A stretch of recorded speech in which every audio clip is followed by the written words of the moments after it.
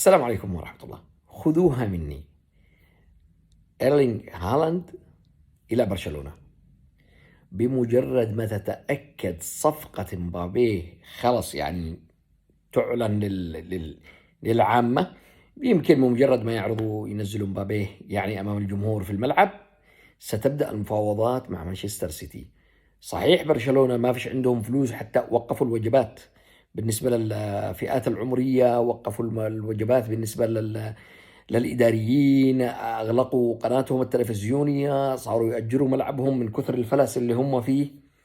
لكن المخرج عايز كده، يعني الشركات العالمية وشركات المراهنات وشركات النقل التلفزيوني وشركات الدعاية والإعلان تحتاج إلى اثنين متنافسين، مثل ما مرت حقبة مارادونا وجوليت، ميسي ورونالدو.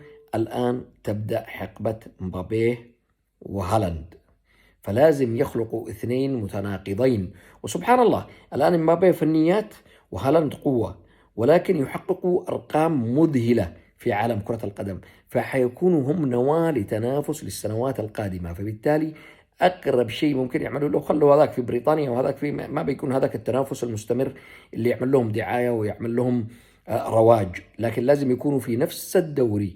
وبالتالي طالما أنه مبابي حلمه يلعب لريال مدريد، هالاند كمان حلمه يلعب لريال مدريد، بس حيجيبوه إلى برشلونة عشان تستمر المنافسة ويستمر الزخم الكروي والمشاكل والإعلان والأمور هذه.